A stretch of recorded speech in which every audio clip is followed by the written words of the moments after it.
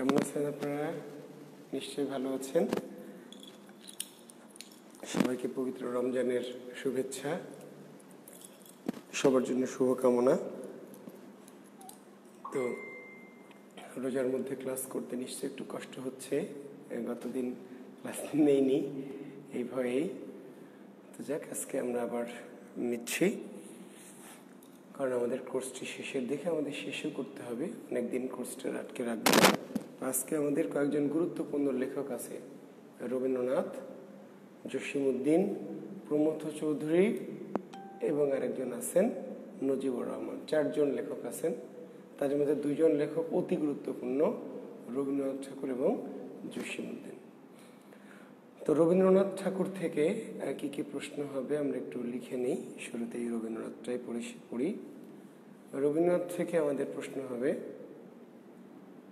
যে রূপক সাংকেতিক নাটক কি? রবীন্দ্রনাথ ঠাকুর রচিত 2টি রূপক সাংকেতিক নাটকের নাম লেখো। রূপক সাংকেতিক নাটক কি? রূপক সাংকেতিক নাটক কি? রবীন্দ্রনাথ ঠাকুর রচিত 2টি রূপক সাংকেতিক নাটকের উল্লেখ করো। তারপরে লেখো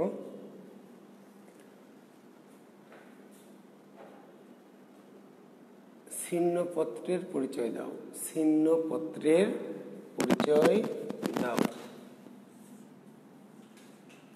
তাহলে একটা হলো রূপক সাংকেতিক নাটক, তারপর হলো ছিন্নপত্র। রবীন্দ্রনাথ রচিত 3টি অতি প্রাকৃত গল্প।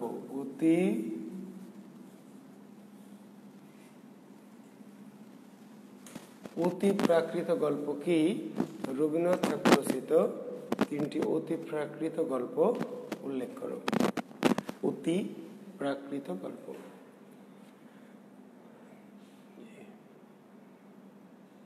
রবীন্দ্রনাথের ভ্রমণ সাহিত্যের পরিচয় দাও। ভ্রমণ সাহিত্যের পরিচয় দাও।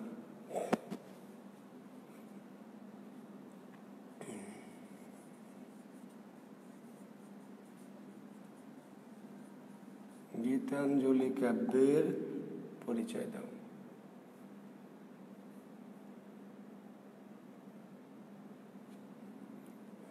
তারপরে হচ্ছে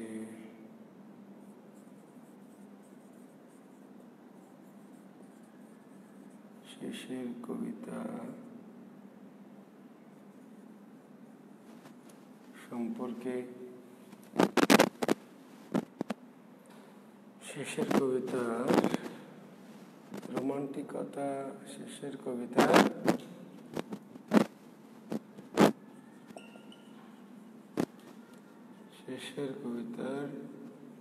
রোমান্টিকতার স্বরূপ আলোচনা করো। শেষের কবিতার রোমান্টিকতার স্বরূপ আলোচনা করো।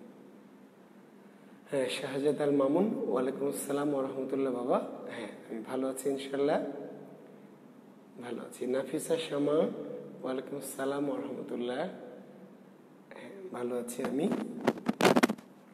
শেষের কবিতার রোমান্টিকতার স্বরূপ আলোচনা করো।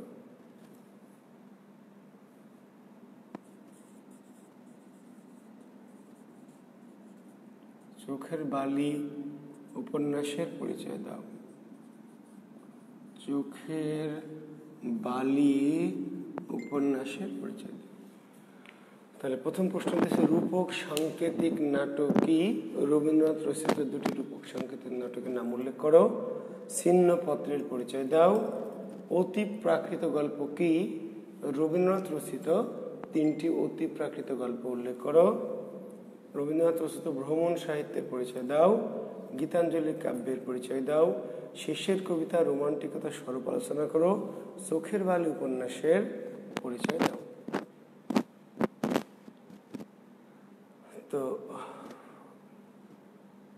মোটামুটি রবীন্দ্রনাথ সম্পর্কে যে গুরুত্বপূর্ণ প্রশ্ন, শুধু রবীন্দ্রনাথ নিয়ে অনেক, রবীন্দ্রনাথ নিয়েই 10টা ক্লাস নেওয়া যাবে, এত তথ্য রবীন্দ্রনাথ সম্পর্কে আছে। তো আমরা আসলে রবীন্দ্রনাথ সম্পর্কিত যে তথ্যগুলি গুরুত্বপূর্ণ মনে করছি, রিটেন পরীক্ষার জন্য যে তথ্যগুলিকে আমরা গুরুত্বপূর্ণ মনে করছি, ঠিক আছে। তো আমরা লেখা শুরু করি। রূপক সাংকেতিক নাটক। রূপকই সাংকেতিক আলাদা, যে রূপক লেখেন, রূপক নাটক। অরূপ বা অদৃশ্য, অরূপ বা অদৃশ্য কোনো, অরূপ অদৃশ্য বা বর্ণনাতীত কোনো বিষয়কে, অরূপ অদৃশ্য বা বর্ণনাতীত কোনো বিষয়কে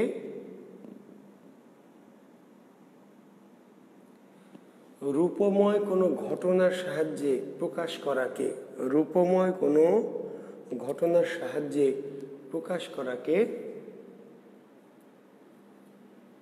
রূপক নাটক বলে।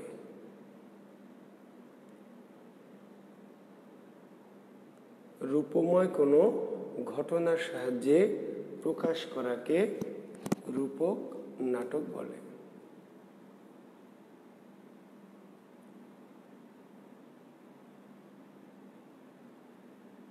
এই ধরনের নাটকের জনক রবীন্দ্রনাথ ঠাকুর।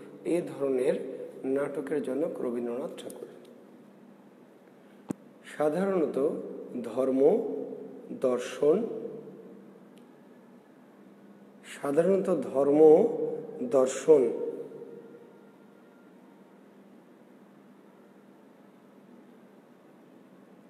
এই ধরনের নাটকের মধ্য দিয়ে উপস্থাপিত হয়। সাধারণত ধর্ম, দর্শন, ধর্ম কমা বা হাইফেন দিয়ে লিখবেন, দর্শন, এই ধরনের নাটকের মধ্য দিয়ে উপস্থাপিত হয়।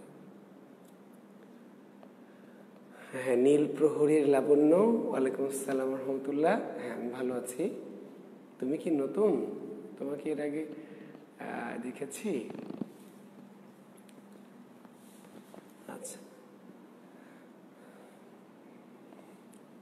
রবীন্দ্রনাথ রচিত দুটি রূপক নাটক হলো, রবীন্দ্রনাথ রচিত দুটি রূপক নাটক হলো বিসর্জন, ডাকঘর। বিসর্জন, বিসর্জন, ডাকঘর। বিসর্জন, ডাকঘর।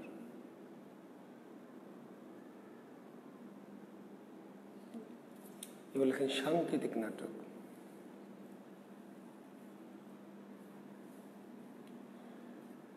বর্ণনীয় বিষয়কে সরাসরি, বর্ণনীয় বিষয়কে সরাসরি উপস্থাপন না করে, বর্ণনীয় কোনো বিষয়কে সরাসরি না বলে, সরাসরি না বলে অন্য কোনো ঘটনা, অন্য কোনো ঘটনা, অন্য কোনো ঘটনা, ঘটনার সাহায্যে উপস্থাপন করার নাট্যিক কৌশলকে বলা হয়। অন্য কোনো ঘটনার সাহায্যে উপস্থাপন করার নাট্যিক কৌশলকে বলা হয় সাংকেতিক নাটক। সাংকেতিক নাটক। এই জাতীয় নাটকের জনকও রবীন্দ্রনাথ ঠাকুর। এই জাতীয় নাটকের জনকও রবীন্দ্রনাথ ঠাকুর।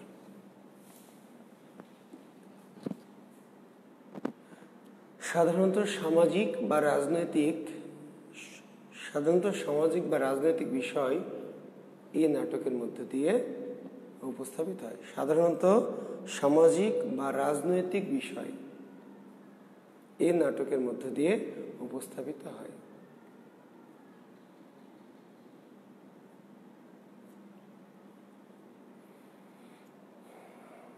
রবীন্দ্রনাথ রচিত এ জাতীয় দুটি নাটক হলো, রবীন্দ্রনাথ রচিত এ জাতীয় দুটি নাটক হলো তাসের দেশ, তাসের দেশ।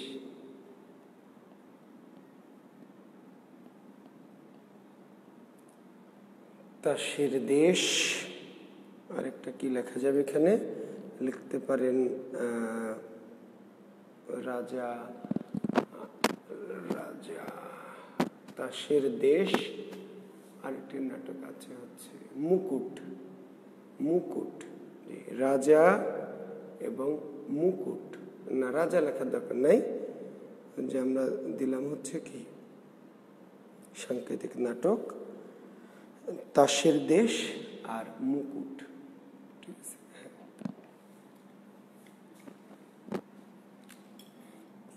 ছিন্নপত্রের পরিচয় দাও। রবীন্দ্রনাথ ঠাকুর রচিত, রবীন্দ্রনাথ ঠাকুর রচিত, রবীন্দ্রনাথ ঠাকুর রচিত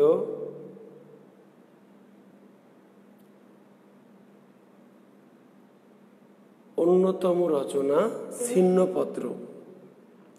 রবীন্দ্রনাথ ঠাকুর রচিত অন্যতম রচনা ছিন্নপত্র, অন্যতম রচনা ছিন্নপত্র। 1923 সালে প্রকাশিত এই গ্রন্থটি, 1923 সালে এই গ্রন্থটি প্রথম প্রকাশিত হয়। 1923 সালে 1923 সালে এই গ্রন্থটি প্রথম প্রকাশিত হয়। 1923 সালে এই গ্রন্থটি প্রথম প্রকাশিত হয়। এটি একটি পত্র সাহিত্য, এটি একটি পত্র সাহিত্য।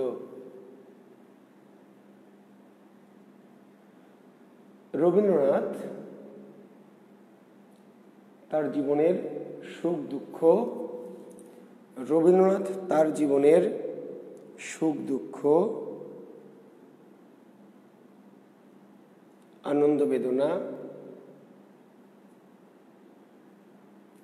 ভালো লাগা মন্দ লাগা, সুখ দুঃখ, আনন্দ বেদনা, ভালো লাগা মন্দ লাগা প্রভৃতি অনুভবকে পত্রের মধ্য দিয়ে উপস্থাপন করেছিলেন।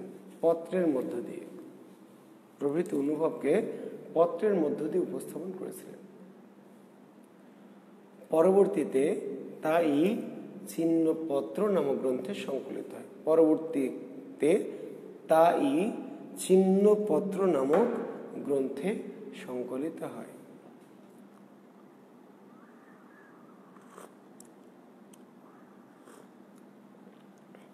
এই গ্রন্থে মোট পত্রের সংখ্যা 153টি।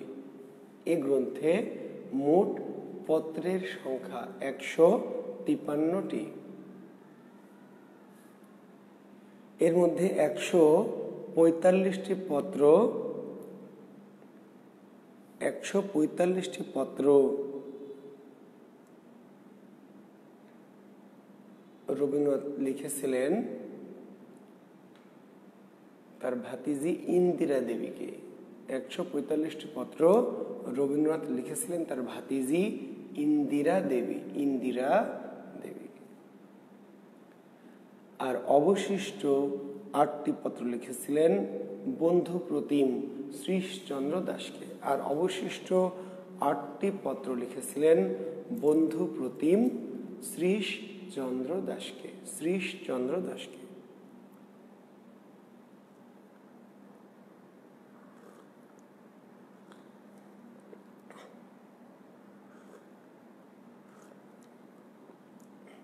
শ্রীশচন্দ্র দাসকে।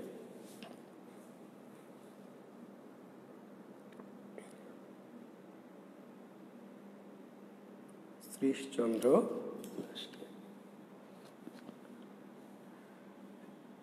বাংলা পত্র সাহিত্যের ইতিহাসে ছিন্নপত্র একটি মাইল ফলক। বাংলা পত্র সাহিত্যের ইতিহাসে, বাংলা পত্র সাহিত্যের ইতিহাসে ছিন্নপত্র একটি মাইল ফলক।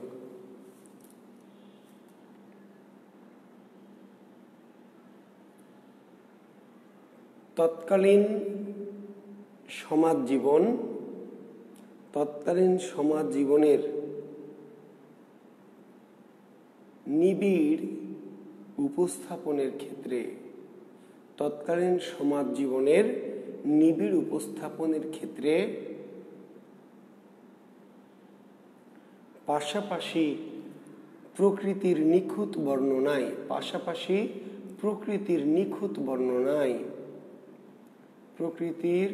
নিখুঁত বর্ণনায় ছিন্নপত্র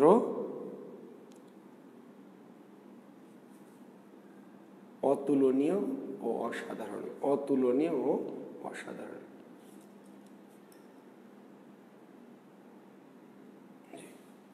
এবার দেখেন অতি প্রাকৃত গল্প কি?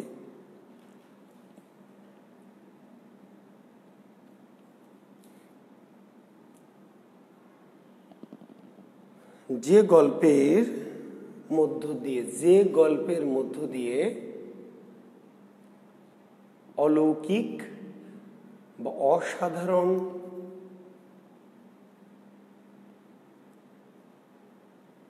বিষয়ের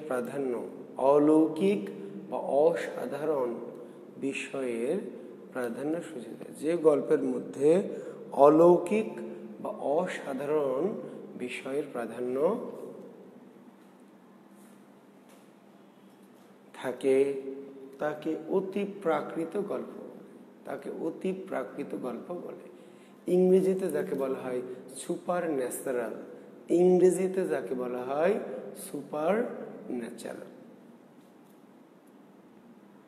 বাংলায় তাই অতি প্রাকৃত গল্প।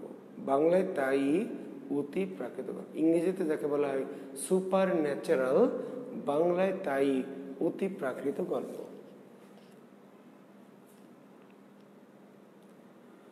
রবীন্দ্রনাথ রচিত তিনটি অতি প্রাকৃত গল্প হলো ক্ষুধিত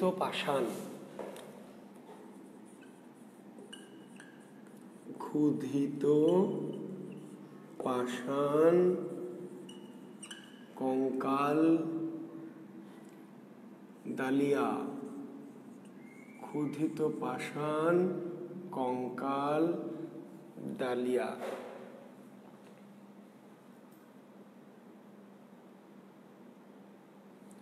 রবীন্দ্রনাথ তিনটি অতি প্রাকৃত গল্প হলো ক্ষুধিত পাষাণ, কঙ্কাল, ডালিয়া। এরপরে লেখেন ভ্রমণ সাহিত্যের পরিচয় দাও। রবীন্দ্রনাথ রচিত ভ্রমণ সাহিত্যের পরিচয় দাও। নোবেল পুরস্কার প্রাপ্ত জয়ী রবীন্দ্রনাথ নোবেল পুরস্কার জয়ী রবীন্দ্রনাথ বিশ্বের বিভিন্ন দেশ ভ্রমণ করেছেন।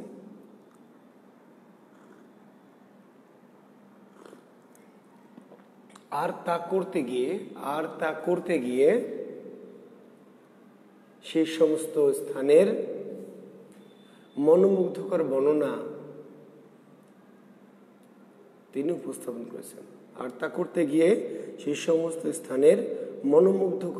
তিনি উপস্থাপন করেছেন। যা তার ভ্রমণ সাহিত্য নামে খ্যাত।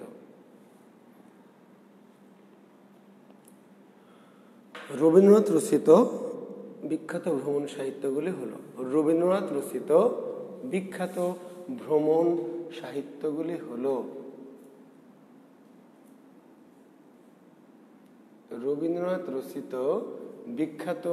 ভ্রমণ সাহিত্যগুলি হলো লেখেন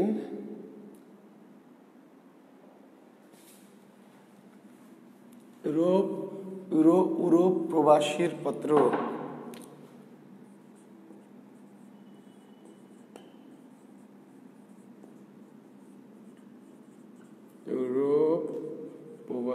পত্র, জাপান যাত্রী, ইউরোপ প্রবাসীর পত্র জাপান যাত্রী।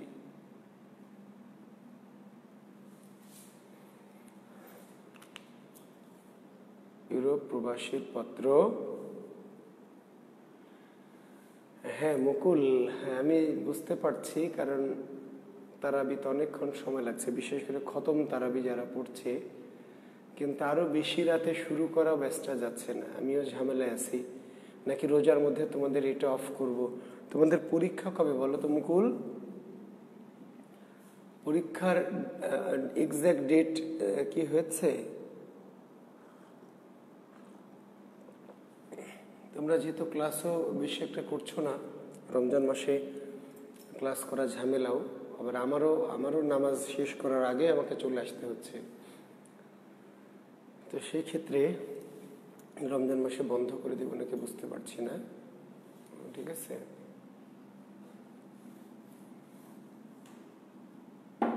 জাভা যাত্রীর পত্র।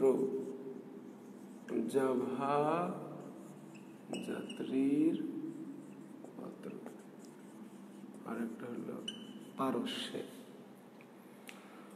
রবীন্দ্রনাথ রচিত ভ্রমণ সাহিত্যগুলো হলো ইউরোপ প্রবাসীর পত্র, জাপান যাত্রী, জাভা যাত্রীর পত্র, পারস্যে।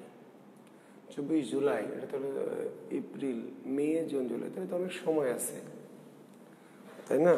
হ্যাঁ, আমরা যদি এটা এপ্রিল মে মাসের মে, জুন, জুলাই, হ্যাঁ তাহলে তোমাদের রোজার মধ্যে মনে হয় আমরা ক্লাসকে একটা বন্ধ রাখতেই পারি, তাই না? রোজার মধ্যে তারাবি পড়ে কষ্টই হয়ে যাচ্ছে, বা টাইমটা অ্যাডজাস্ট করা যাচ্ছে না। এই হচ্ছে রবীন্দ্রনাথের ভ্রমণ সাহিত্য। তারপরে রবীন্দ্রনাথের শেষের কবিতার রোমান্টিকতার স্বরূপ। শেষের কবিতার রোমান্টিকতার স্বরূপ লেখো।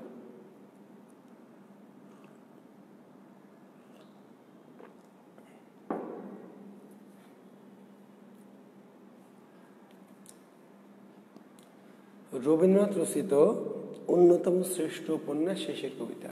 রবীন্দ্রনাথ ঠাকুর রচিত অন্যতম শ্রেষ্ঠ উপন্যাস শেষের কবিতা। আচ্ছা, মাঝখানে একটা ছাড়া পড়লো প্রশ্ন, পড়ুক গীতাঞ্জলি, আমরা আবার পরে বলছি, সমস্যা নেই।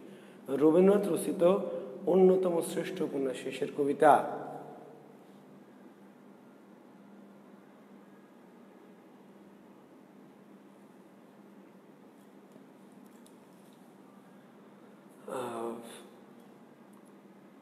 আর বাংলা সাহিত্যেরও শ্রেষ্ঠ রোমান্টিক উপন্যাস এটি।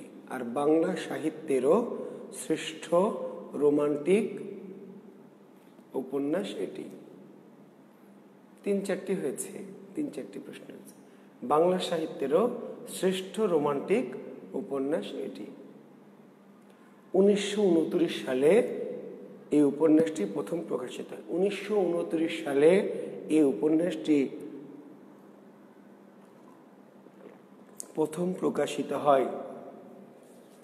আর প্রকাশের পরপরই পাঠক মহলে ব্যাপক আলোচনা ও সমালোচনার জন্ম দেয় এটি। আর প্রকাশের সাথে সাথেই পাঠক মহলে ব্যাপক আলোচনা ও সমালোচনার জন্ম দেয় এটি।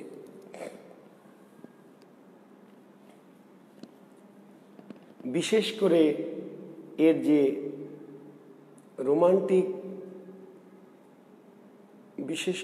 এর যে রোমান্টিকতা, তা পাঠকদের নানাভাবে আলোড়িত করে।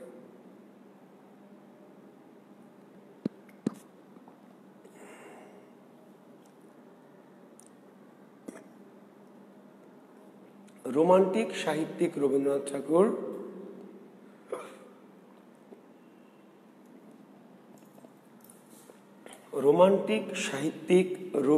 ঠাকুর তার শেষের কবিতার মধ্য দিয়ে তার রোমান্টিক ভাবনাকে উপস্থাপন করেছেন।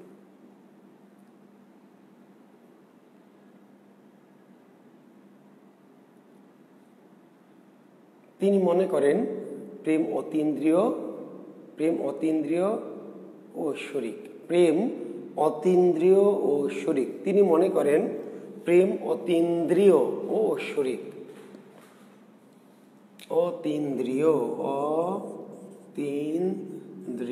ও ঐশ্বরিক। বাস্তব জগতের ভোগের সংস্পর্শে প্রেম কলুষিত হয়। বাস্তব জগতের ভোগের সংস্পর্শে প্রেম কলুষিত হয়।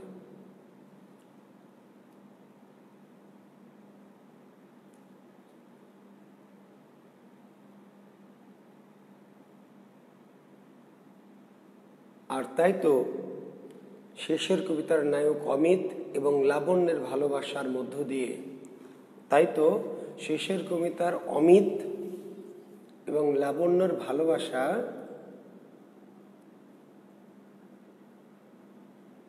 ভালোবাসার পরিণতিতে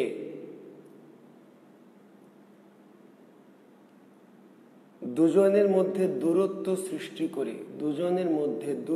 সৃষ্টি করে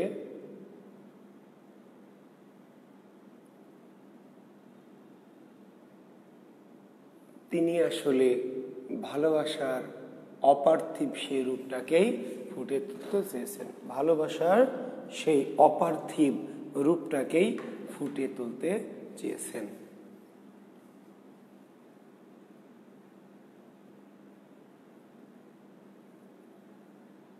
আর তাই তো শেষের কবিতার শেষে তিনি বলেছেন যে আমারে হাই দেখিবারে পাই অসীম ক্ষমায় ভালো মন্দ মিলায় সকলি। যে আমারে হাই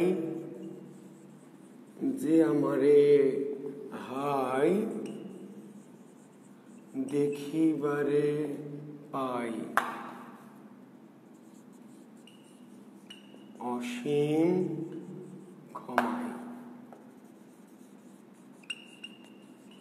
ভালো মন্দ মিলায়ে সকলে। এবার পুজোয় তারে আপনারে দিতে চাই বলি। যে আমারে হাই দেখিবারে পাই অসীম ক্ষমায় ভালো মন্দ মিলায়ে সকলি। এবার পুজোয় তারে আপনারে দিতে চাই বলি।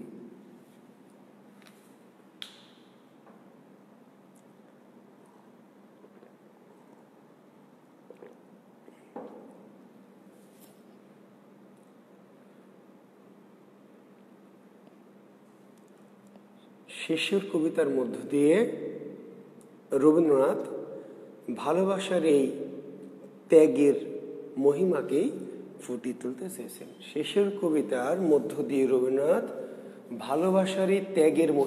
ভালোবাসার এই ত্যাগের মহিমাকেই ফুটিয়ে তুলতে চেয়েছেন।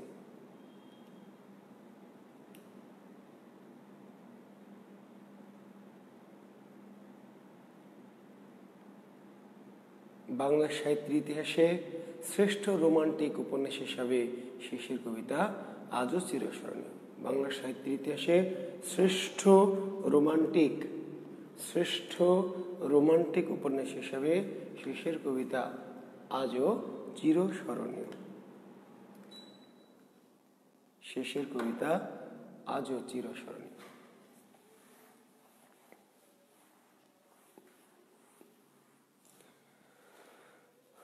চোখের বালি উপন্যাসের পরিচয় দাও।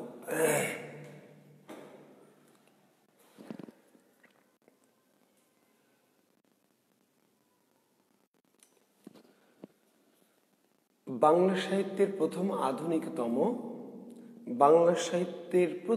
আধুনিকতম উপন্যাস চোখের বালি। বাংলা সাহিত্যের প্রথম আধুনিকতম উপন্যাস চোখের বালি।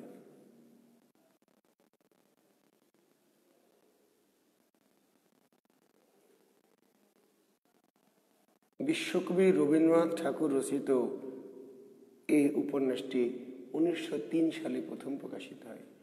বিশ্বকবি রবীন্দ্রনাথ ঠাকুর রচিত উপন্যাসটি 1903 সালে প্রথম প্রকাশিত হয়। 1903 সালে প্রথম প্রকাশিত হয়। এটি বাংলা সাহিত্যের প্রথম মনস্তাত্ত্বিক উপন্যাসও বটে। এটি বাংলা সাহিত্যের প্রথম মনস্তাত্ত্বিক উপন্যাসও বটে। এটি বাংলা সাহিত্যের প্রথম মনস্তাত্ত্বিক উপন্যাসও বটে।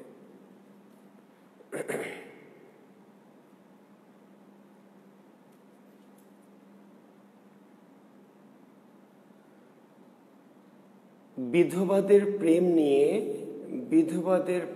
নিয়ে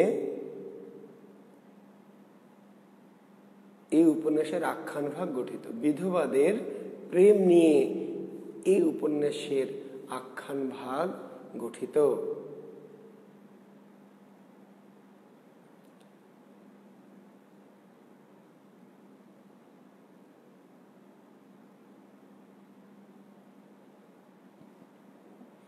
যাকে কেন্দ্র করে এই উপন্যাসটি আবর্তিত হয়েছে তার নাম বিনোদিনী।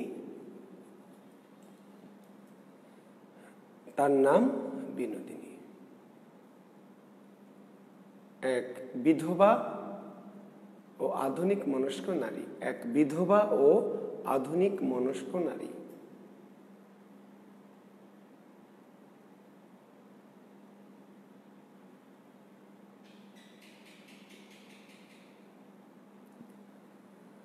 যার বিয়ে ঠিক হয়েছিল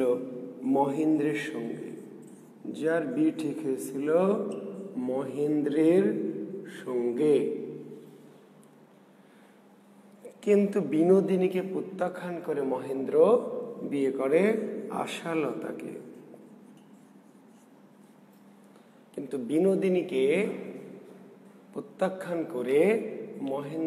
করে আশালতাকে।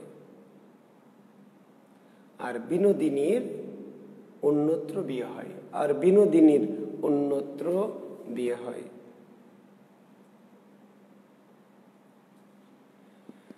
বিয়ের কিছুদিনের মধ্যেই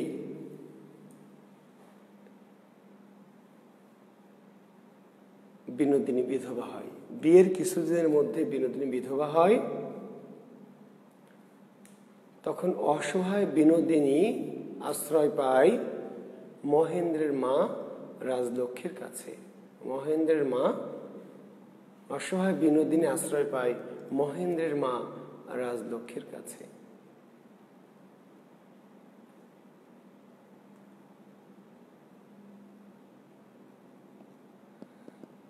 এই সংসারে এসে আশা ও মহেন্দ্রের সুখের সংসার দেখে, আর এই সংসারে এসে আশা ও মহেন্দ্রের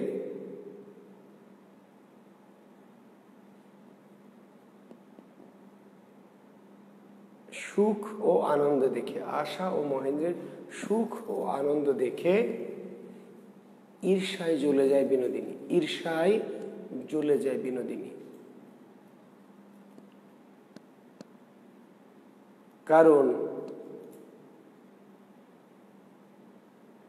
এই সংসারের এই সুখ তারই প্রাপ্য ছিল।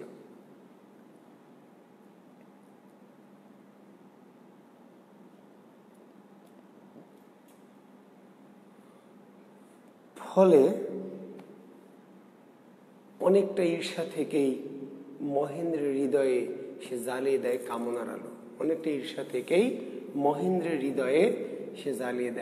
কামনার আলো।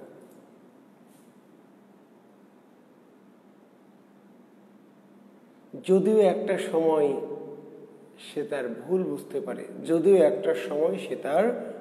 বুঝতে পারে, কিন্তু ততদিনে তার এই ঈর্ষার আগুনে গোটা পরিবারটি জ্বলে নিঃশেষ হয়ে যায়। কিন্তু ততদিনে তার ঈর্ষার আগুনে গোটা পরিবারটি জ্বলে নিঃশেষ হয়ে যায়।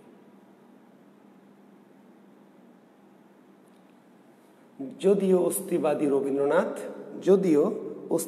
রবীন্দ্রনাথ কাহিনীর অন্তে আবার সবকিছুকেই স্বাভাবিক অবস্থায় ফিরিয়ে নিয়ে আসেন।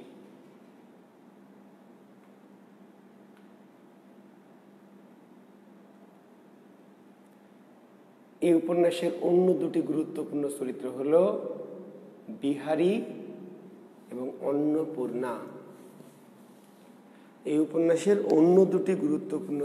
হল বিহারী এবং অন্নপূর্ণা।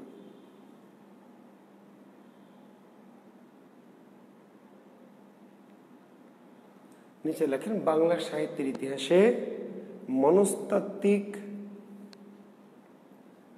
দ্বন্দ্বের সুনিপুণ বিন্যাসে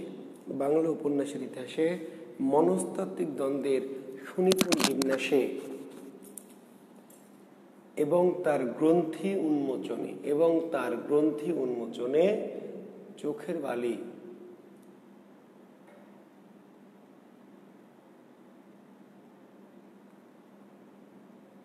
একটি অসাধারণ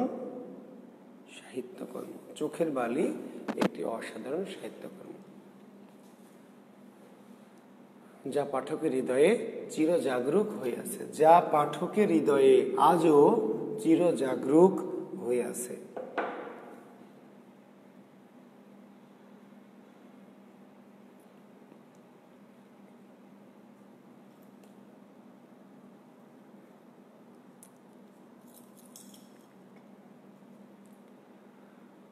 গীতাঞ্জলি কাব্যের পরিচয় দাও। প্রশ্নটা মাঝখানে ছিল, ছাড় পড়ে গেছিল। গীতাঞ্জলি কাব্যের পরিচয় দাও।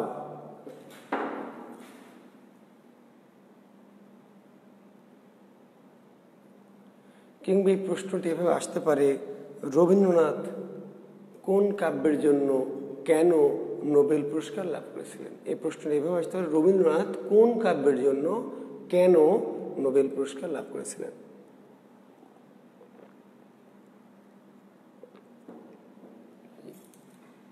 রবীন্দ্রনাথ কোন কাব্যের জন্য কেন নোবেল পুরস্কার লাভ করেছিলেন, এটি এভাবে আসতে পারে, অথবা গীতাঞ্জলি কাব্যের পরিচয় আসতে পারে। দেখেন, হাজার বছরের বাংলা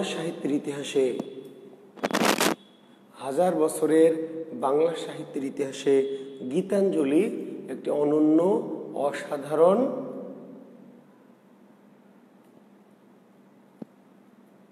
ও অন্যতম শ্রেষ্ঠ কাব্যগ্রন্থ।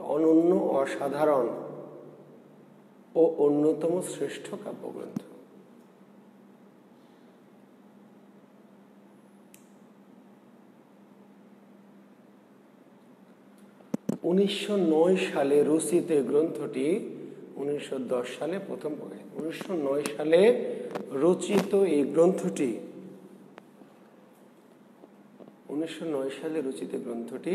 1910 সালে প্রথম প্রকাশিত হয়। 1910 সালে প্রথম প্রকাশিত হয়। 1909 সালে রচিত গ্রন্থটি 1910 সালে প্রথম প্রকাশিত হয়।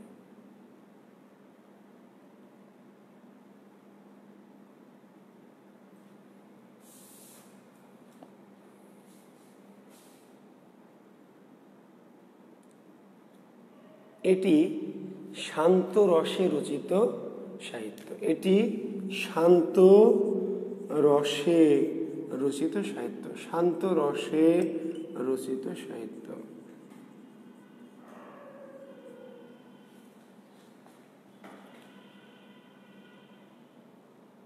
আর কাব্যগ্রন্থ হলেও এটি মূলত একটি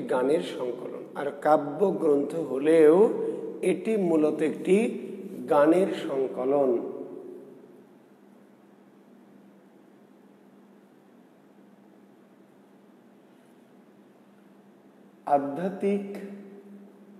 আধ্যাত্মিক ও ভাববাদী চেতনায় রচিত এই গান, আধ্যাত্মিক ও ভাববাদী চেতনায়, আধ্যাত্মিক ও ভাববাদী চেতনায় রচিত এই গানগুলি বাংলা সাহিত্যের ইতিহাসে শ্রেষ্ঠ সম্পদ।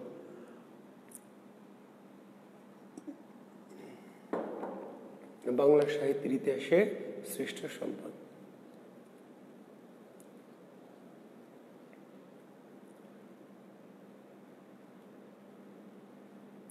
উনিশশো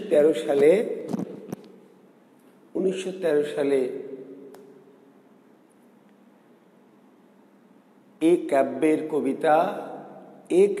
কবিতা ও অন্যান্য কিছু কাব্যের গুরুত্বপূর্ণ কবিতার সমন্বয়ে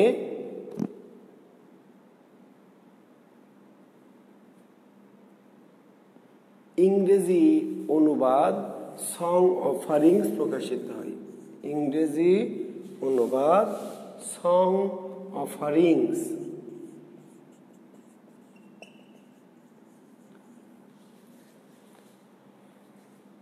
এ কাব্যের কবিতা ও অন্যান্য কিছু কাব্যের কবিতার সমন্বয়ে ইংরেজি অনুবাদ সং অফারিংস প্রকাশিত হয়। সং অফারিংস প্রকাশিত হয়। আর এর অনুবাদক ছিলেন রবীন্দ্রনাথ নিজেই।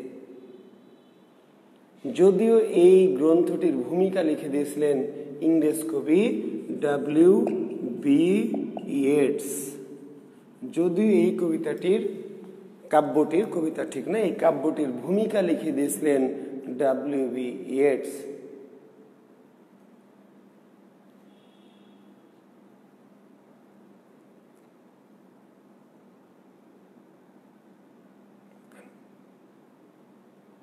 প্রথম বিশ্বযুদ্ধ পূর্ব পৃথিবীতে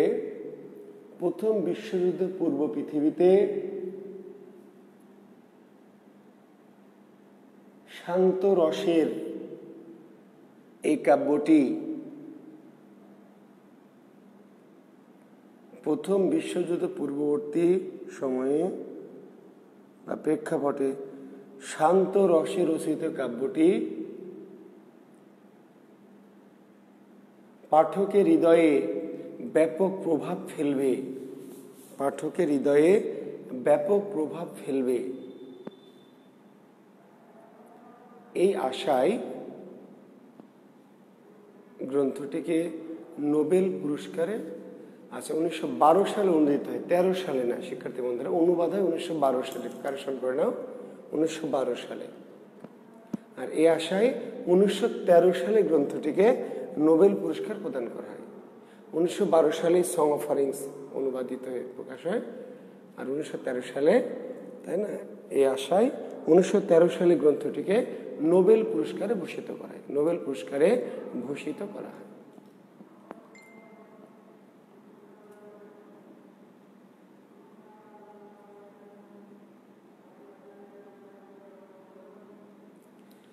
গীতাঞ্জলির দৃষ্টান্ত।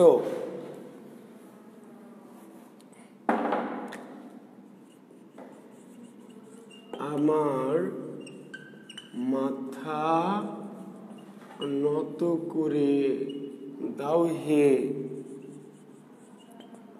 তোমার চরণ ধুলার তলে, সকল অহংকার হে আমার ডুবাও চোখের জলে। আমার মাথা নত করে দাও হে তোমার চরণ ধুলার তলে, সকল অহংকার হে আমার ডুবাও চোখের জলে।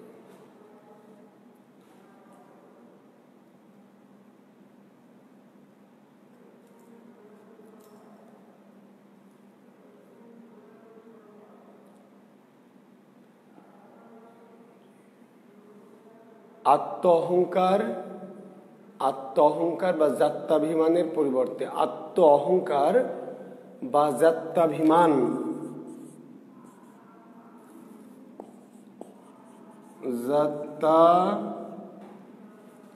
জাতিযোগ অভিমান, জাত্যভিমান, আত্ম অহংকার ও জাত্যভিমানের পরিবর্তে নিজেকে ঈশ্বর কিংবা মানুষের কাছে সঁপে দেওয়া, নিজেকে ঈশ্বর কিংবা মানুষের কাছে সঁপে দেওয়ার বাণী গীতাঞ্জলি কাব্যের মূল বাণী। ঈশ্বর বা মানুষের কাছে নিজেকে সঁপে দেওয়ার বাণী গীতাঞ্জলি কাব্যের মূল বাণী।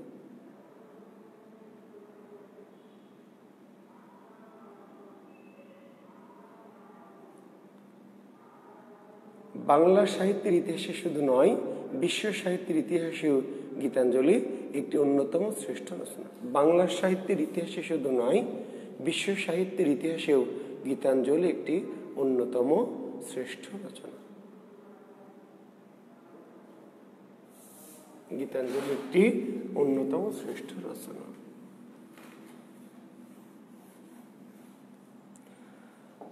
তো মোটামুটি রবীন্দ্রনাথ থেকে আমরা এই প্রশ্নগুলি ভাবছি যে এই বছরের জন্য গুরুত্বপূর্ণ হিসাবে আমাদের আসবে। আর আবার বলছি, রবীন্দ্রনাথ আসলে এত বিশাল কবি, তার প্রত্যেকটি কাব্য থেকেই হতে পারে সোনার তরী কাব্যের পরিচয় দাও, চিত্রকাব্যের পরিচয় দাও, শেষ লেখা কাব্যের পরিচয় দাও, খনিকা কাব্যের পরিচয় দাও, বলাকা কাব্যের পরিচয় দাও, সকল বিখ্যাত কাব্যগুলি সম্পর্কে পরিচয় আসতে পারে তার বিভিন্ন উপন্যাস, বিখ্যাত উপন্যাসগুলি, গোরা, ঘরে বাইরে, যোগাযোগ, তাই না? তো বিখ্যাত গ্রন্থগুলি সম্পর্কে একটু আইডিয়া রাখবেন। আমরা গুরুত্বপূর্ণ যে সাহিত্যগুলি সেগুলির আলোচনা করছি, পাশাপাশি আরও কিছু সাহিত্য আপনারা একটু ধারণা নিয়ে রাখবেন, যেন পরীক্ষা যদি আসে তাহলে আমরা এই স্টাইলটা ফলো করে কি ওই গ্রন্থগুলিরও পরিচয় আমরা দিতে পারব। আমাদের খুব বিখ্যাত আরেকজন লেখক জসিম উদ্দিন, বিসিএস এর জন্য আরেকজন বিখ্যাত লেখক জসিম উদ্দিন জি। প্রায় প্রশ্ন হয় এই জসিম উদ্দিন থেকে। তার প্রথম প্রশ্ন হলো, জসিম উদ্দিনকে কেন পল্লী কবি বলা হয়? জি, প্রথম প্রশ্ন হলো, জসিম উদ্দিনকে কেন পল্লী কবি বলা হয়?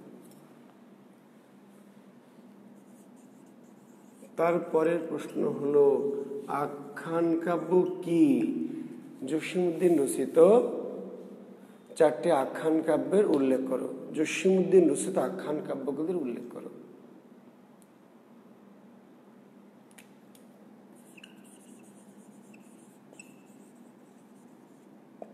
নকশি কাঁথার মাঠের পরিচয় দাও।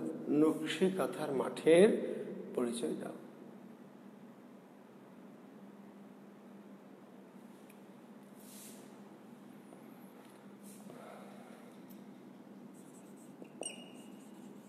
রূপাই বা সাজুর পরিচয় দাও। রূপাই বা সাজুর পরিচয় দাও। জসিম উদ্দিন রচিত ভ্রমণ সাহিত্যের পরিচয় দাও। জসিম উদ্দিন রচিত ভ্রমণ সাহিত্যের পরিচয় দাও। জরুরি গুরুত্বপূর্ণ কোশ্চেন জসিম উদ্দিন থেকে। জসিম উদ্দিনকে পল্লী কবি কেন বলা হয়? আখ্যান কাব্য কি? জসিম উদ্দিন রচিত আখ্যান কাব্যগুলো উল্লেখ করো। নকশিকাঁথার মাঠ কাব্যের পরিচয় দাও। রূপায় অথবা সাজুর পরিচয় দাও। ভ্রমণ সাহিত্যের, জসিম উদ্দিন রচিত ভ্রমণ সাহিত্যের পরিচয় দাও।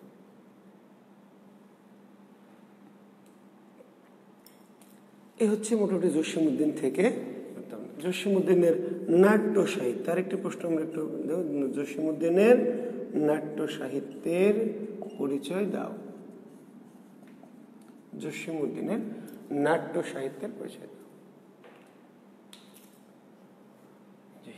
তো আমরা শুরু করি প্রথম প্রশ্নটা দিয়ে, যে জসিম উদ্দিনকে কেন পল্লী কবি বলা হয়? জসিম উদ্দিনকে কেন পল্লী কবি বলা হয়?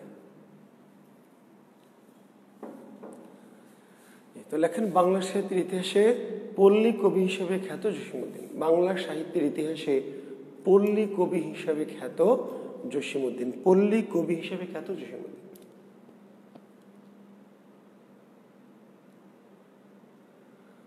আর তার এই খ্যাতির পিছনে মূল কারণ ছিল তার সাহিত্যের বিষয় ও প্রকরণ।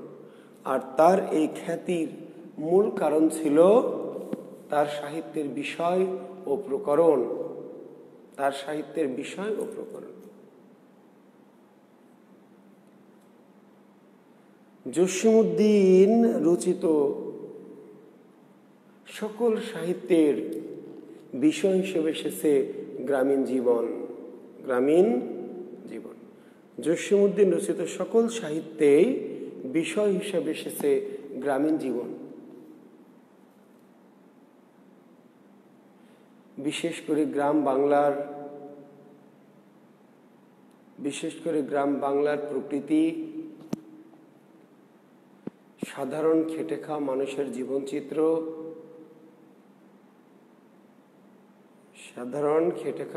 জীবনচিত্র,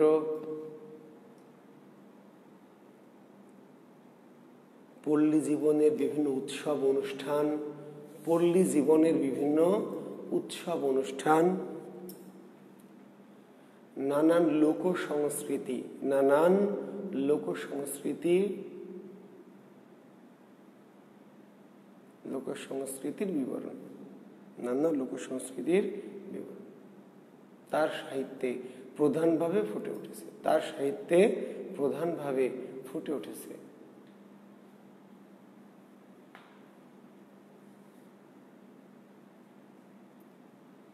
তার কাব্যগুলির নাম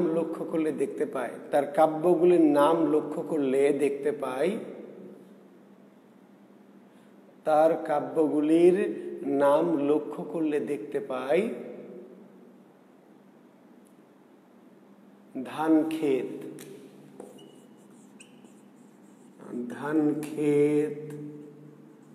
রাখালি, নকশি, কাঁথার মাঠ, বালুচর,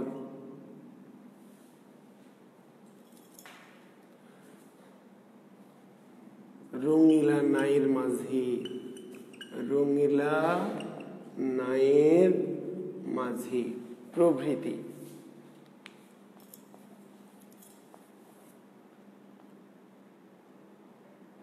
তার সাহিত্যে প্রধান চরিত্র হিসাবে এসেছে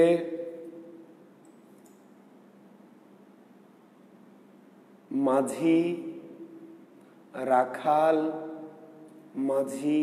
তার সাহিত্যে প্রধান চরিত্র হিসেবে এসেছে মাঝি, রাখাল, কৃষাণ, কৃষাণী, পাতা কুড়ানি, শাক তুলুনি,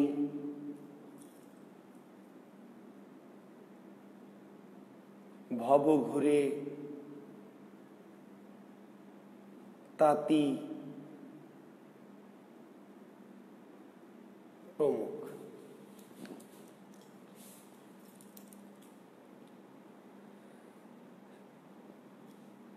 এমনকি সাহিত্যের প্রকরণ হিসেবেও তিনি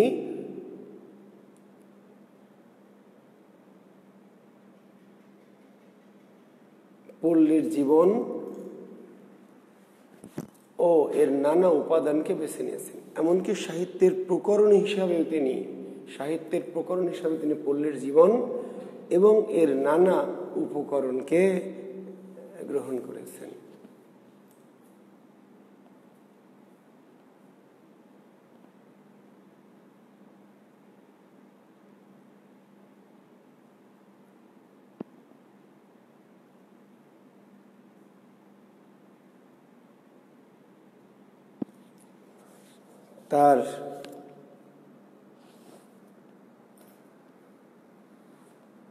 তার নকশিকাঁথার মাঠ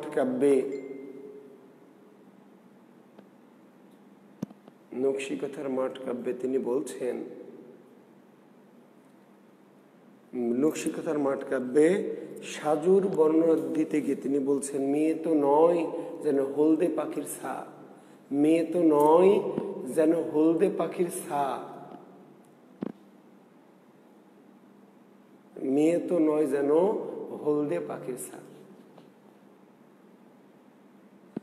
রূপায় সম্পর্কে তিনি বলছেন, রূপায় সম্পর্কে তিনি বলছেন, জালি লাউয়ের ডগার মতন বাহু দুখান সরু, জালি লাউয়ের ডগার মতন বাহু দুইখান সরু।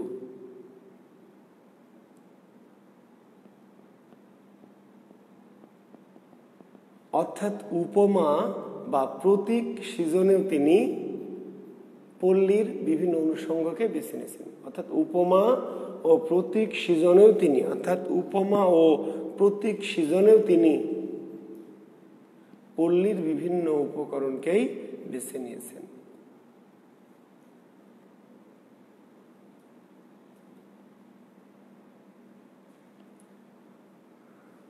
তার সাহিত্যে যানবাহন হিসেবে এসেছে নৌকা, গরুর গাড়ি, মহিষের গাড়ি, পালকি। তার সাহিত্যে যানবাহন হিসেবে এসেছে নৌকা, গরুর গাড়ি, মহিষের গাড়ি, পালকি।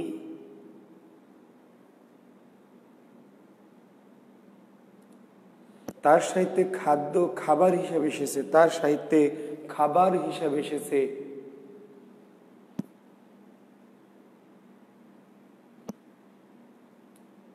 চিড়া, মুড়ি, দই, খই।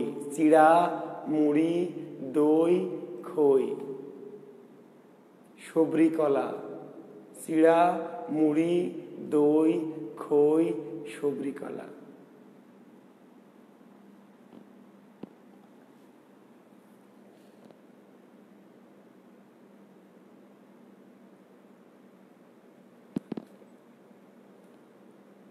তাই তো তিনি বলেছেন, তাই তো কবিতায় তিনি বলেছেন, আমার বাড়ি যাইও ভ্রমর, বসতে দিব পীড়া, জলপান সে করতে দিব শালি ধানের চিড়া। আমার বাড়ি যাইও ভ্রমর, বসতে দিব পীড়া, জলপান সে করতে দিব শালি ধানের চিড়া।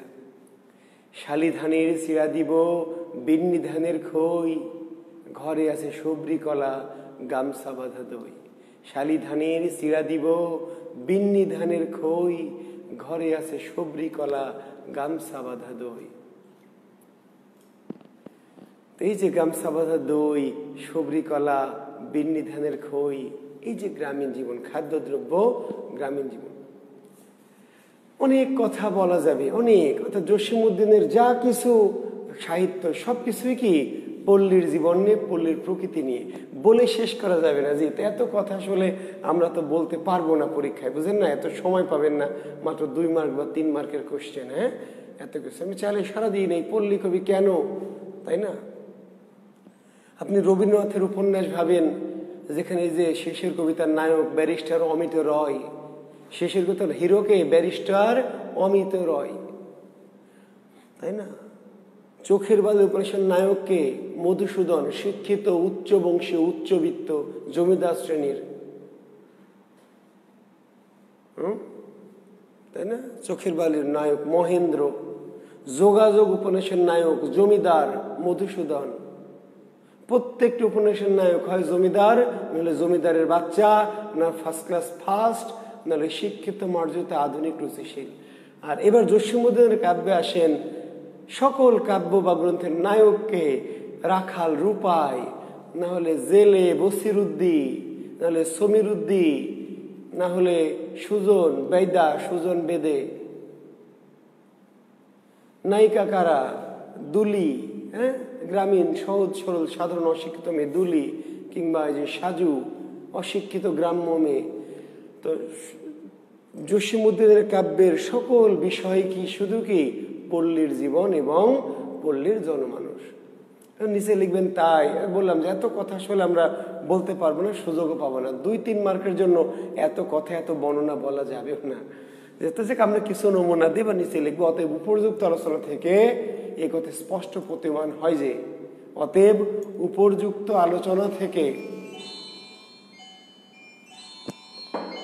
উপর্যুক্ত আলোচনা থেকে এ কথা স্পষ্ট প্রতীয়মান হয় যে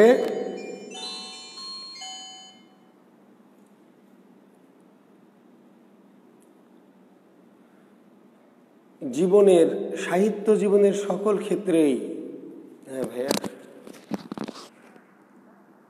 বিথি উপরে আছে ভাইয়া, আমি বলছি না।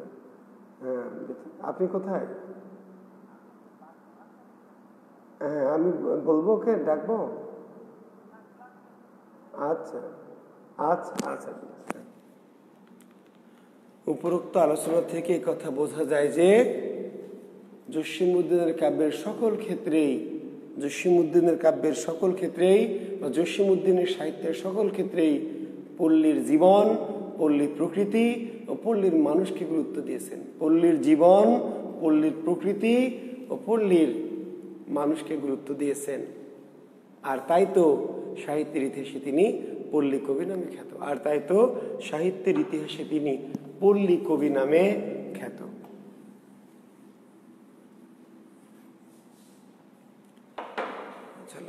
আখ্যান কাব্য কি?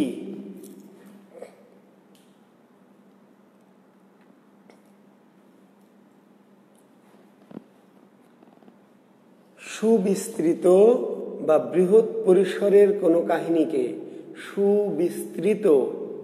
সুবিস্তৃত বা বৃহৎ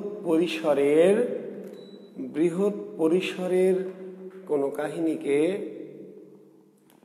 কাব্যের আকারে উপস্থাপন করাকে বলা হয় আখ্যান কাব্য।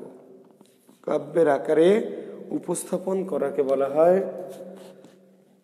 আখ্যান কাব্য।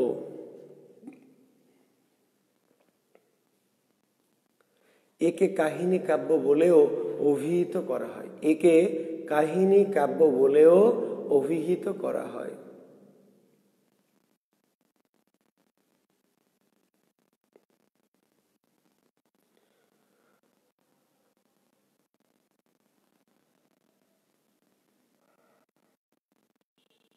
বাংলা সাহিত্যে জসীমউদ্দীন বেশ কিছু আখ্যান কাব্যের রচয়িতা। বাংলা সাহিত্যে জসীমউদ্দীন বেশ কিছু আখ্যান কাব্যের রচয়িতা।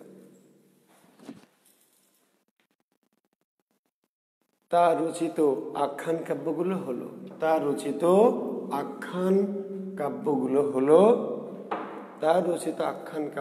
হলো নকশিকাঁথার মাঠ, এই যেখানে লেখা আছে জি, নকশিকাঁথার মাঠ, সজন বাদিয়ার ঘাট। 2 নম্বর লেখেন জি, সজন বাদিয়ার ঘাট। তারপর লেখেন হচ্ছে সকিনা। তারপর লেখেন মা যে জননী কান্দে। জসীমউদ্দীন রচিত আখ্যান কাব্যগুলি হলো নকশিকাঁথার মাঠ, সজন বাদিয়ার ঘাট, সকিনা, মা যে জননী কান্দে।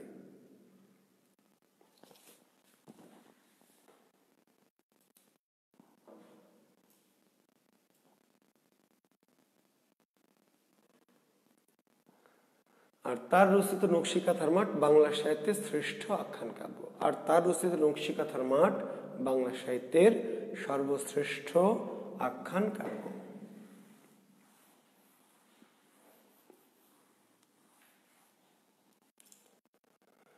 আচ্ছা, নকশিকাঁথার মাঠের পরিচয়, রূপাই সাজুর পরিচয় আগে দিচ্ছি, এই দুইটাকে প্রশ্ন বলে নি, ঠিক আছে? ভ্রমণ সাহিত্যের পরিচয় লেখেন, ভ্রমণ সাহিত্যের পরিচয় দাও।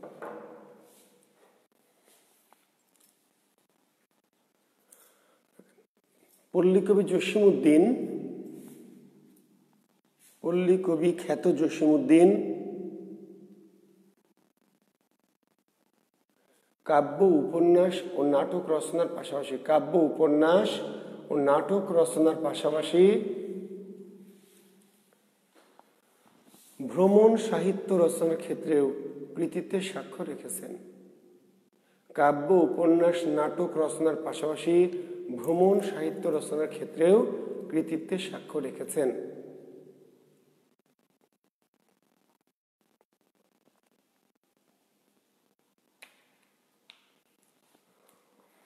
পাকিস্তান সরকারের তথ্য অধিদপ্তরে চাকরি করার সুবাদে পাকিস্তান সরকারের তথ্য অধিদপ্তরে চাকরি করার সুবাদে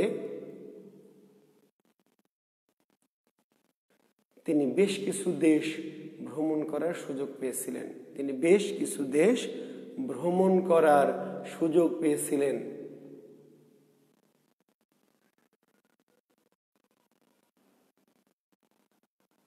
আর সে সমস্ত স্থান ভ্রমণের অভিজ্ঞতাকে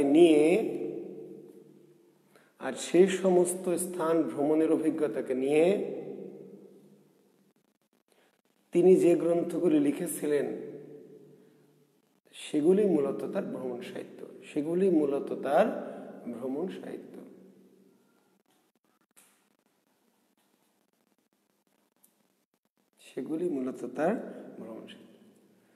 জসীমউদ্দীন রচিত উল্লেখযোগ্য ভ্রমণ সাহিত্যগুলো হলো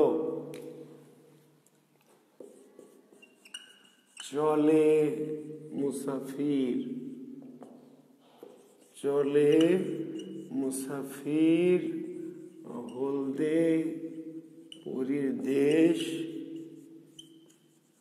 যে দেশে মানুষ বড়। চলে মুসাফির, হলদে পুরীর দেশ, যে দেশে মানুষ বড়।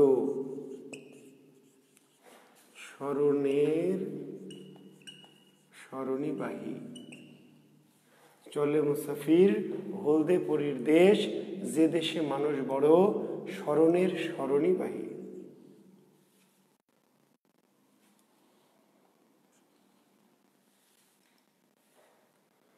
জসীমউদ্দীন রচিত ভ্রমণ কাহিনী চলে মুসাফির, তার শ্রেষ্ঠ ভ্রমণ সাহিত্য হলো চলে মুসাফির। জসীমউদ্দীনের শ্রেষ্ঠ ভ্রমণ সাহিত্য চলে মুসাফির। সেটা হলদে পুরীর দেশ, যে দেশে মানুষ বড়, স্মরণের সরণীবাহী।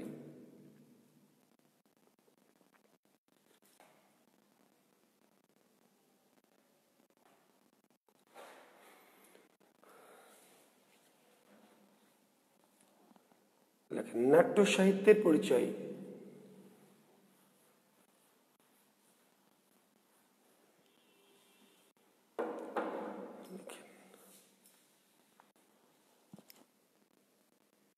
পল্লী কবি খ্যাত জসীমউদ্দীন মূলত কবি।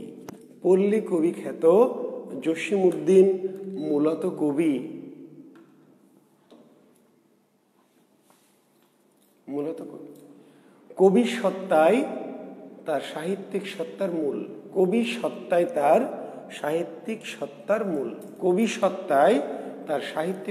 মূল। তবে কবিতার পাশাপাশি সাহিত্যের অন্যান্য শাখায় তিনি কৃতিত্বের সাক্ষ্য রেখেছেন।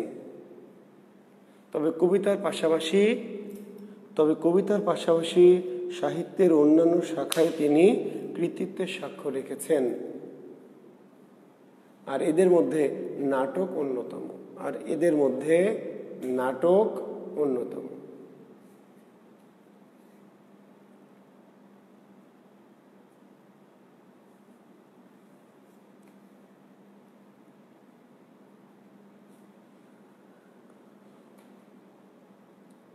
বিশেষ করে গ্রামীণ জীবন ও সাধারণ মানুষের প্রেম ভালোবাসা, আনন্দ বেদনা,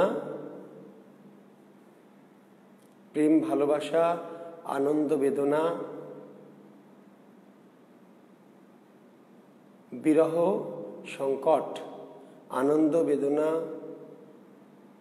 প্রেম ভালোবাসা, আনন্দ বেদনা, বিরহ সংকট প্রভৃতি বিষয় তার নাটকের মূল উপজীব্য। জসীমউদ্দীন রচিত উল্লেখযোগ্য নাটকগুলি হলো, জসিমউদ্দিন রচিত উল্লেখযোগ্য নাটকগুলি হলো, জসিমউদ্দিন রচিত উল্লেখযোগ্য নাটকগুলি হলো বেদের মেয়ে, গাঁয়ের মেয়ে, পল্লী বধূ, ওগো পুষ্পধনু, পদ্মাপার। বেদের মেয়ে, গায়ের মেয়ে, পল্লীবধূ, ওগো পুষ্পধনু, পদ্মাপার, মধুমালা। বেদের মেয়ে, গায়ের মেয়ে, পল্লীবধূ, ওগো পুষ্পধনু, পদ্মাপার, মধুমালা। জসিমউদ্দিন রচিত উল্লেখযোগ্য নাটক। ঠিক আছে, জি, বই পুস্তকও পাবেন আপনারা, আর চাইলে লিখেও নিতে পারেন। বেদের মেয়ে, গায়ের মেয়ে, পল্লীবধূ, ওগো পুষ্পধনু, পদ্মাপার, মধুমালা, জসিমউদ্দিন রচিত উল্লেখযোগ্য নাটক। যদিও এর মধ্যে বেশ কয়েকটা একই নামে, পদ্মাপার, মধুমালা, মধুমালা, তাই না, বেদের মেয়ে, এরকম নামে নজরুলেরও নাটক আছে, তো সেই ব্যাপারে একটু সতর্ক থাকবেন। আচ্ছা, এখন আমরা নকশিকাঁথার মাঠ কাব্যের পরিচয়। নকশিকাঁথার মাঠ কাব্যের পরিচয় দেখেন।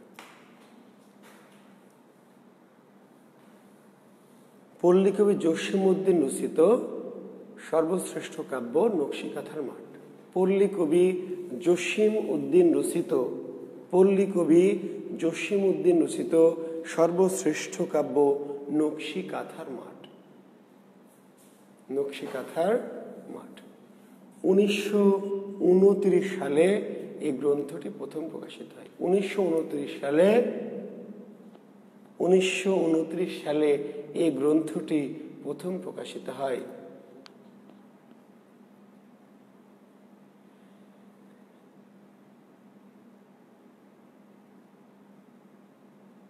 এটি একটি আখ্যান কাব্য, এটি একটি আখ্যান কাব্য, এটি একটি আখ্যান কাব্য।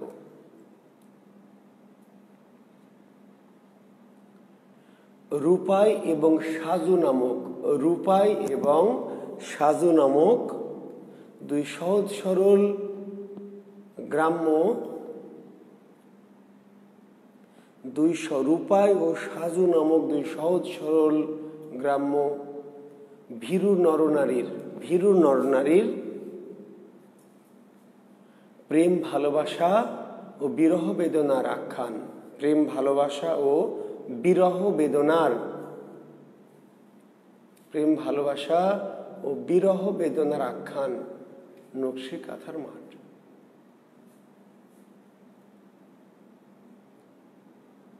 আর এর পটভূমি হিসাবে এসেছে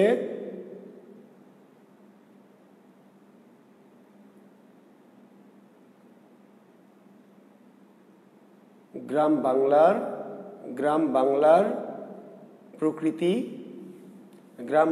প্রকৃতি, সংস্কার সংস্কৃতি, গ্রাম বাংলার প্রকৃতি, সংস্কার সংস্কৃতি,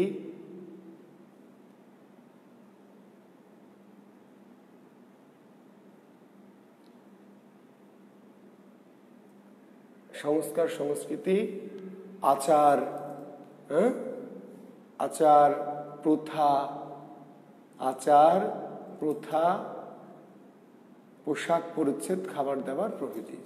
আচার প্রথা, পোশাক পরিচ্ছদ, খাবার দাবার প্রভৃতি। প্রকাশের পরপরই এই গ্রন্থটি ব্যাপক সাড়া ফেলে। প্রকাশের পরপরই এই গ্রন্থটি ব্যাপক সাড়া ফেলে।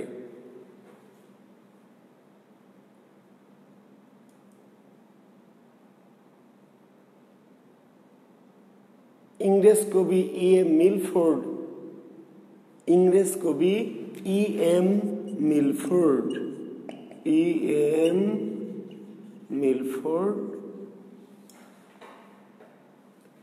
এ field of the embroidered quilt নামে ইংরেজিতে অনুবাদ করেন। A field, a field of the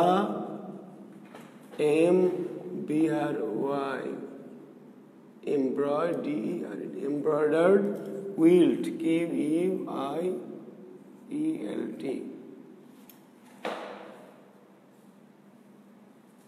A field of the embroidered quilt নামে ইংরেজিতে অনুবাদ করেন। ইংরেজ লেখক Milford a field of the embroidered quilt নামে এটি ইংরেজিতে অনুবাদ করেন।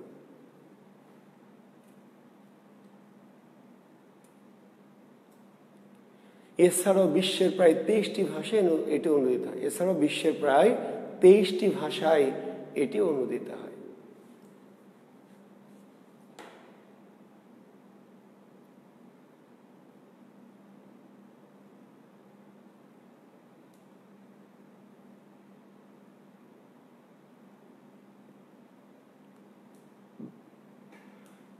বাংলা সাহিত্যের ইতিহাসে নকশি কাঁথার মাঠ একটি মাইল ফলক। বাংলা সাহিত্যের ইতিহাসে নকশি কাঁথার মাঠ একটি মাইল ফলক।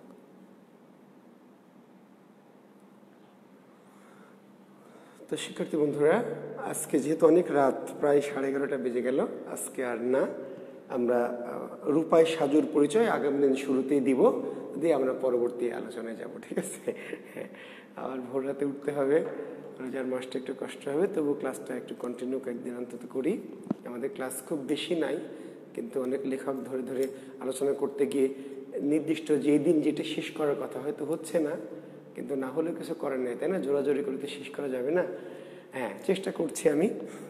হ্যাঁ, তো আমরা রূপাই সাজুর পরিচয়টা আগামী দিন দিয়ে আমরা পরের লেখকের আলোচনায় যাব। ঠিক আছে? তো তোমরা ভালো থেকো।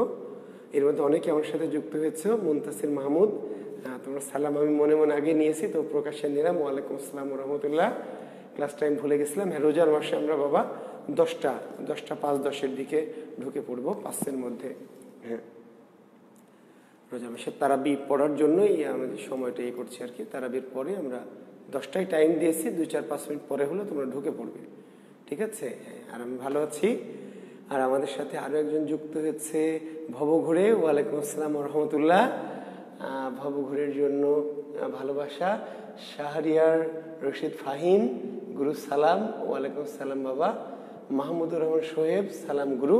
হ্যাঁ, তোমার জন্য তো সবার সালাম নিলাম, ভালোবাসা সবার জন্য। হ্যাঁ, মুনতাসির মাহমুদ। হ্যাঁ, আমরা 10টায় ক্লাস, 10টার পর ইনশাল্লাহ ঢুকে যাব। ঠিক আছে? তো ভালো থেকে সবাই, শুভকামনা, শুভরাত্রি, আল্লাহ হাফিজ।